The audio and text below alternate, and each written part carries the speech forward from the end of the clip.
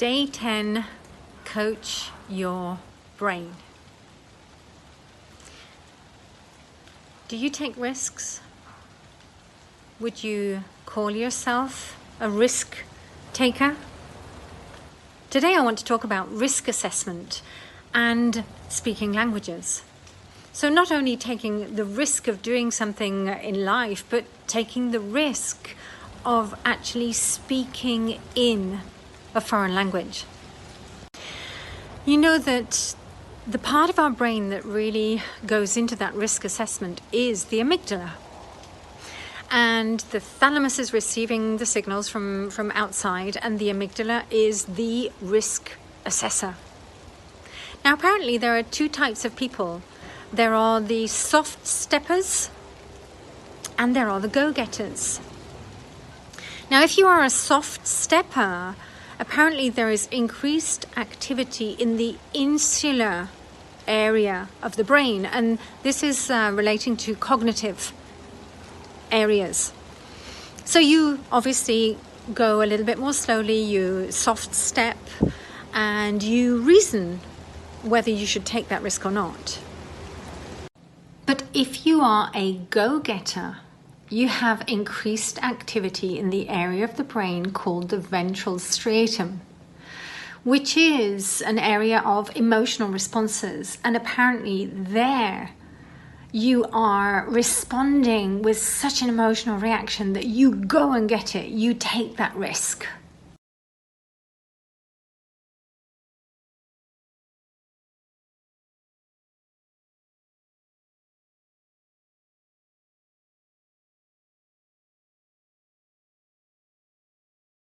On this topic of risk, I found a very interesting research paper by Wen and Clement from 2003, which is entitled A Chinese Conceptualization of Willingness to Communicate in ESL.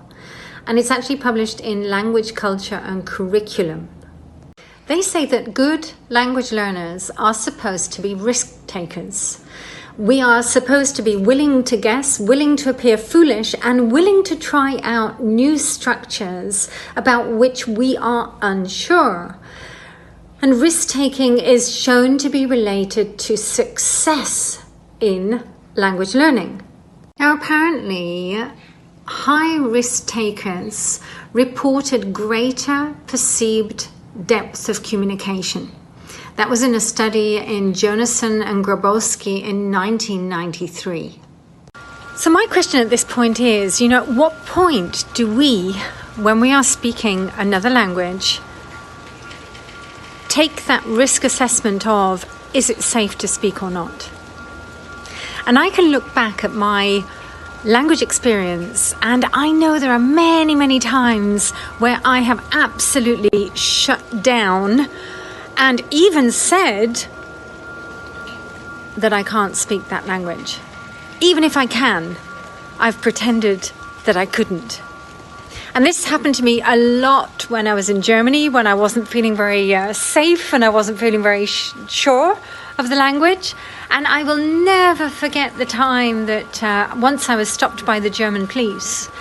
And it was very, very funny afterwards, but at the time it wasn't. They were flagging me down and I automatically pulled over, but I pulled over to the left side of the road. And this German policeman started screaming at me, "Nein, hier kommen." So I then had to shift the car over to the right side. And I literally said to him, "Ich spreche kein Deutsch, ich spreche kein Deutsch." And he looked at my driving license and he started to laugh, would you believe? And then he said to me in perfect English, he said, "You're English." He said, "You automatically went to the left side of the road." And he was laughing. I was laughing afterwards. At the time I was very nervous, but I totally would not speak in German in those circumstances.